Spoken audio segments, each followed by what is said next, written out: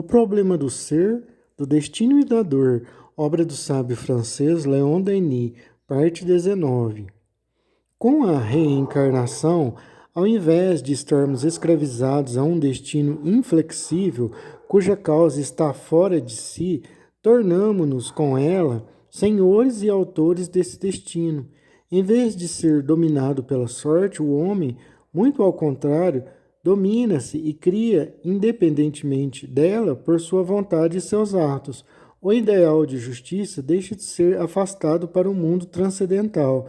Podemos definir-lhe os termos em cada vida humana, renovada em sua relação com as leis universais, no domínio das causas reais e tangíveis. Esta grande luz faz-se precisamente na hora em que as velhas crenças desabam sob o peso do tempo, em que todos os sistemas apresentam sinais de próxima ruína, em que os deuses do passado se cobrem e se afastam, os deuses de nossa infância, os que nossos pais adoraram. Há muito tempo que o pensamento humano, ansioso, tateia nas trevas à procura do novo edifício moral que há de abrigá-lo. E precisamente vem agora a doutrina dos renascimentos oferecer-lhe o ideal necessário a toda a sociedade em marcha e, ao mesmo tempo, o corretivo indispensável aos apetites violentos, às ambições desmedidas, à avidez das riquezas, das posições, das honras. Um dique aos desmandos do sensualismo que ameaça submergir-nos. Com ela, o homem aprende a suportar sem amargura e sem revolta as existências dolorosas indispensáveis à sua purificação. Aprende a submeter-se às desigualdades naturais e passageiras que são o resultado da lei de evolução, a postergar as divisões fictícias e malsãs provenientes dos preconceitos de casta, de religiões ou de raças. Estes preconceitos desvanecem-se inteiramente desde que se saiba que todo espírito nas suas vidas ascendentes tem de passar pelos mais diversos meios.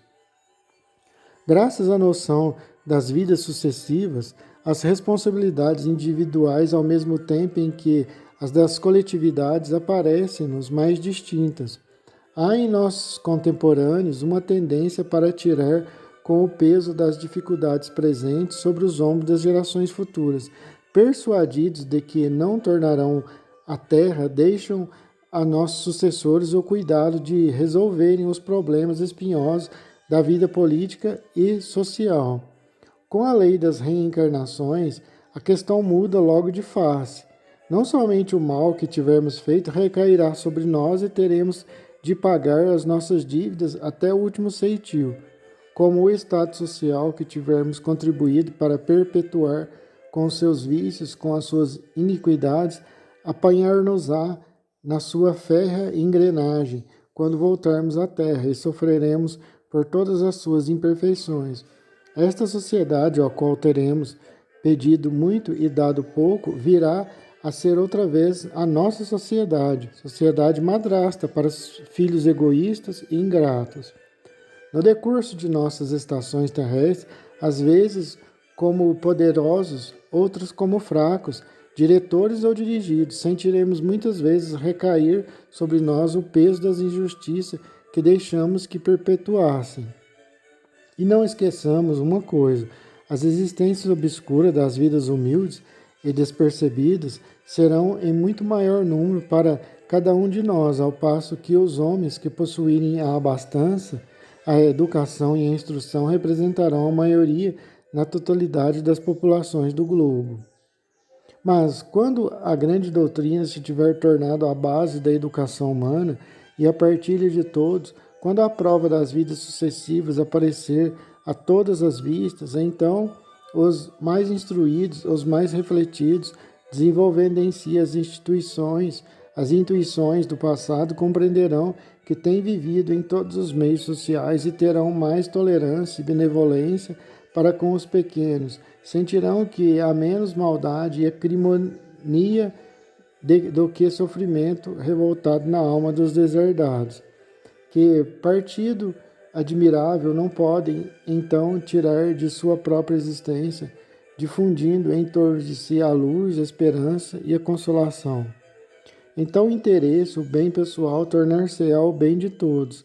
Cada um se sentirá inclinado a cooperar mais ativamente para o melhoramento desta sociedade, em cujo seio terá de renascer para progredir com ela e avançar para o futuro. A hora presente é ainda uma hora de lutas. Luta das nações para a conquista do globo, luta das classes para a conquista do bem-estar e do poder. Em redor de nós agitam-se forças cegas e profundas, forças que ontem não se conheciam e que hoje se organizam e atraem em ação. Uma sociedade agoniza, outra nasce. O ideal do passado vem à Terra. Qual será o de amanhã? Abriu-se um período de transição, uma fase diferente de evolução humana, fase obscura, cheia ao mesmo tempo de promessas e ameaças, começou. Na alma das gerações que sobem, jazem os germes de novas florescências, flores do mal, flores do bem. Muitos se alarmam, muitos se espantam. Não duvidamos do futuro da humanidade, de sua ascensão para a luz e derramamos em volta de nós, com a coragem e perseverança incansáveis, as verdades que asseguram o dia de amanhã e fazem as sociedades fortes e felizes.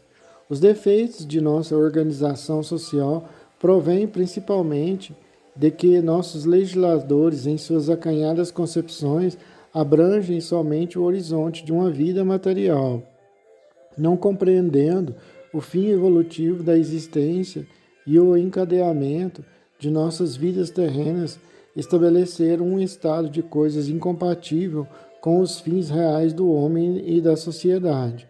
A conquista do poder pelo maior número não é própria para ampliar este ponto de vista. O povo segue o instinto surdo que o impele, incapaz de aquilatar o mérito e o valor de seus representantes, leva muitas vezes ao poder os que desposam suas paixões e participam de sua cegueira. A educação popular precisa ser completamente reformada, porque só o homem ilustrado pode colaborar com inteligência, coragem e consciência na renovação social. Nas reivindicações atuais, a noção de direito é objeto de excessivas especulações, sobreexcitam-se os apetites, exaltam-se os espíritos. Esquece-se de que o direito é inseparável do dever e até que é simplesmente sua resultante. Daí uma ruptura de equilíbrio, uma inversão das relações de causa para efeito, isto é, do dever para o direito na repartição das vantagens sociais, o que constitui uma causa permanente de divisão e ódio entre os homens. O indivíduo que encara somente seu interesse próprio e seu direito pessoal ocupa lugar inferior ainda na escala da evolução. O direito, como disse Godin, fundador do Familistério de Guise, é efeito do dever cumprido. Sendo os serviços prestados à humanidade a causa, o direito vem a ser o efeito. Sendo os serviços prestados à humanidade a causa, o direito vem a ser o efeito. Numa sociedade bem organizada, cada cidadão classificar-se-á de acordo com seu valor pessoal e grau de evolução, em proporção com a sua cota social. O indivíduo só deve ocupar a situação merecida. Seu direito está em proporção equivalente à sua capacidade para o bem. Tal é a regra, tal é a base da ordem universal, e a ordem social, enquanto não for sua contraprova, sua imagem fiel será precária e instável. Cada membro de uma coletividade deve, por força desta regra, em vez de reivindicar direitos fictícios, tornar-se dignos deles, aumentando o próprio valor e sua participação na obra comum. O ideal social transforma-se o sentido da harmonia, desenvolve-se o campo do altruísmo, dilata-se, mas no estado atual das coisas, no seio de uma sociedade onde fermentam tantas paixões, onde se agitam tantas forças brutais, no meio de uma civilização feita de egoísmo e cobiça, de incoerência e má vontade, de sensualidade e sofrimentos, são de temer muitas convulsões. Às vezes, ouve-se o bramido da onda que sobe. O queixume dos que sofrem transforma-se em brados de cólera. As multidões contam-se. Interesses seculares são ameaçados. Levanta-se, porém, uma nova fé, iluminada por um raio do alto e assente em fatos, em provas sensíveis. Diz a todos: sede unidos, porque sois irmãos. Irmãos neste mundo, irmãos na imortalidade. Trabalhar em comum para tornardes mais suaves as condições da vida social, mais fácil o desempenho de vossas tarefas futuras. Trabalhai para aumentar os tesouros de saber, de sabedoria, de poder, que são a herança da humanidade. A felicidade não está na luta, na vingança, mas está na união dos corações e das vontades dos seres humanos. Dada como está a prova das vidas sucessivas, o caminho da existência acha-se desimpedido e traçado com firmeza e segurança. A alma vê claramente seu destino, que é a ascensão para a mais alta sabedoria, para a luz mais viva. A equidade governa o mundo. Nossa felicidade está em nossas mãos. Deixa de haver falhas no universo, sendo seu alvo a beleza, seus meios a justiça e o amor. Dissipa-se, portanto, todo o temor quimérico, todo o terror do além. Em vez de recear o futuro, o homem saboreia a alegria das certezas eternas. Confiado no dia seguinte, multiplica-se-lhe as forças, seu esforço para o bem será centuplicado. Entretanto, levanta-se outra pergunta: quais são as molas secretas por cuja via se exerce a ação da justiça no encadeamento de nossas existências? Notemos primeiro que tudo que o funcionamento da justiça humana nada nos oferece que se possa comparar com a lei divina dos destinos. Esta se executa por si mesma, sem intervenção alheia, tanto para os indivíduos como para as coletividades. O que chamamos mal, ofensa, traição, homicídio determina nos culpados um estado de alma que os entrega aos golpes da sorte na medida proporcionada à gravidade de seus atos. Esta lei imutável é, antes de mais nada, uma lei de equilíbrio. Estabelece a ordem no mundo moral da mesma forma que as leis de gravitação e da gravidade asseguram a ordem e o equilíbrio no mundo físico. Seu mecanismo é ao mesmo tempo simples e grande. Todo mal se desgasta pela dor. Todo mal se resgata pela dor. O que o homem faz de acordo com a lei do bem lhe proporciona tranquilidade e contribui para a sua evolução. Toda violação provoca sofrimento. Este prossegue a sua obra interior, cava as profundidades do ser, traz para a luz os tesouros de sabedoria e beleza que ele contém e, ao mesmo tempo, elimina os germes malsãos. Prolongará a sua ação e voltará à carga por tanto tempo quanto for necessário, até que ele se expanda no bem e vibre uníssono com as forças divinas. Mas na repercussão dessa ordem grandiosa, compensação estarão reservadas a almas. Alegrias, afeições, períodos de descanso e felicidade alternarão no rosário das vidas, com as existências de luta, de resgate e reparação. Assim tudo é regulado, disposto com uma arte, uma ciência, uma bondade infinitas na providência de Deus. No princípio de sua carreira, em sua ignorância e fraqueza, o homem desconhece e transgride muitas vezes a lei. Daí as provações, as enfermidades, as servidões materiais, mas desde que se instrui, desde que aprende a pôr os atos de sua vida em harmonia com a regra universal, espofaceto é cada vez menos presa da diversidade. Os nossos atos e pensamentos traduzem-se em movimentos vibratórios e seu foco de emissão, pela repetição frequente dos mesmos atos e pensamentos, transforma-se pouco a pouco em poderoso gerador do bem ou do mal. O ser classifica-se assim a si mesmo pela natureza das energias de que se torna o centro irradiador, mas, ao passo que as forças do bem se multiplicam por si mesmas e aumentam incessantemente, as forças do mal se destroem por seus próprios efeitos, porque esses efeitos voltam para sua causa, para seu centro de emissão, e traduzem-se sempre em consequências dolorosas. Estando o mal, como todos os seres sujeitos à impulsão evolutiva, vê por isso aumentar-se forçosamente sua sensibilidade.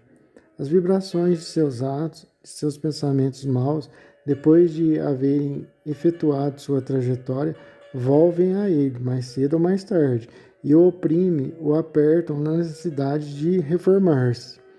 Este fenômeno pode explicar-se cientificamente pela correlação das forças, pela espécie de sincronismo vibratório que faz voltar sempre o efeito à sua causa. Temos demonstração disso no fato bem conhecido de, em tempo de epidemia, de contágio, serem principalmente as pessoas cujas forças vitais se harmonizam com as causas mórbidas em ação, as atacadas, ao passo que os indivíduos dotados de vontade firme, isentos de receio, ficam geralmente indenes. Sucede o mesmo na ordem moral. Os pensamentos de ódio e vingança, os desejos de prejudicar, provenientes do exterior, só podem agir sobre nós e influenciar-nos desde que encontrem elementos que vibrem uníssonos com eles. Se nada existir em nós de similar, estas forças ruins resvalam sem nos penetrarem, volvem para aquele que as projetou, para sua vez o ferirem, que quer no presente, quer no futuro, quando circunstâncias particulares as fizerem entrar na corrente de seu destino. Há, pois, na lei de repercussão dos atos, alguma coisa mecânica automática na aparência. Entretanto, quando implica acerbas expiações, reparações dolorosas, grandes espíritos intervêm para regular-lhe o exercício e acelerar a marcha das almas em via de evolução. Sua influência faz-se principalmente sentir na hora da reencarnação, a fim de guiar estas almas em suas escolhas, determinando as condições e os meios favoráveis à cura de suas enfermidades morais e o resgate das faltas anteriores. Sabemos que não há educação completa sem a dor. Colocando-nos neste ponto de vista, é necessário livrar-nos de ver nas provações e dores da humanidade a consequência exclusiva de faltas passadas. Todos aqueles que sofrem não são forçosamente culpados em via de expiação. Muitos são simplesmente espíritos ávidos de progresso que escolheram vidas penosas e de labor para colherem o benefício moral que anda ligado a toda pena sofrida. Contudo, em tese geral, é do choque, é do conflito do ser inferior que não se conhece ainda com a lei da harmonia que nasce o mal e o sofrimento. É pelo regresso gradual e voluntário do mesmo ser a esta harmonia que se restabelece o bem, isto é, o equilíbrio moral.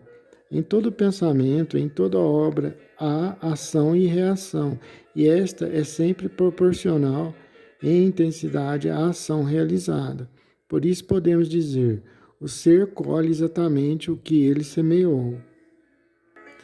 Colhe efetivamente, pois que, por sua ação contínua, modifica sua própria natureza, depura ou materializa o seu invólucro fluídico, o veículo da alma, o instrumento que serve para todas as suas manifestações e no qual é calcado, modelado o corpo físico em cada nascimento.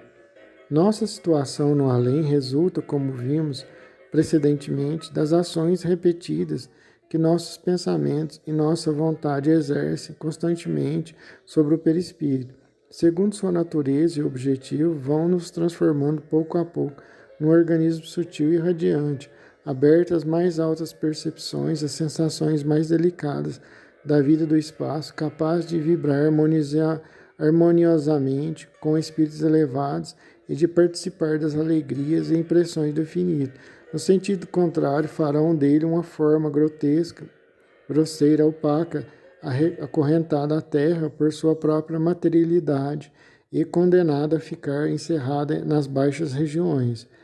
Esta ação contínua do pensamento e da vontade exercida no decorrer dos séculos e das existências sobre o perispírito faz-nos compreender como se criam e desenvolvem nossas aptidões físicas, assim como as faculdades intelectuais e morais.